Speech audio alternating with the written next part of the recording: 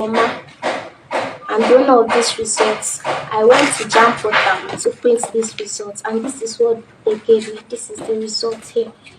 So this is my aggregate 362. This is exactly how I printed it. I downloaded it from that site.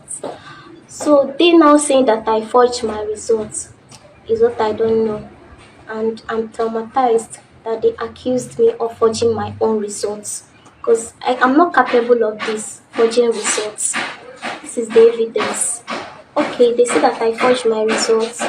They scanned this QR code there, and it showed another name, a Yoruba name, Omotola Afolabi, 138.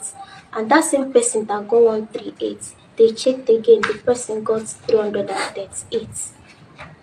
Meaning that there is problem.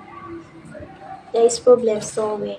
So, and we went to Commissioner of Education office on Friday last week.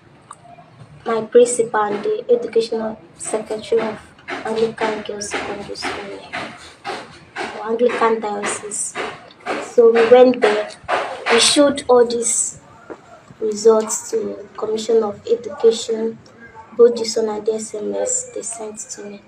And she snapped it and sent to the JAMB official. They called back saying that this is a forged result, that I forged it myself, that the JAMB office don't have the record of this. So they now say that I forged it, and they called the DSS over to come to her office. The DSS, they took us to their office and we made our statement there, and they said they will contact us later, that they are going to investigate these results to know where the source came from. So that's what they said, and instead of them to wait for the investigation to be over, they posted that I forged my results without confirming. So I'm really sad about it.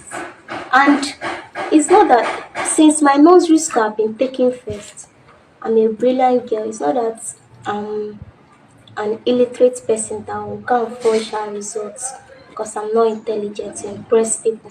I've been taking first position since my nursery school. And even my common entrance, it was 300 and something.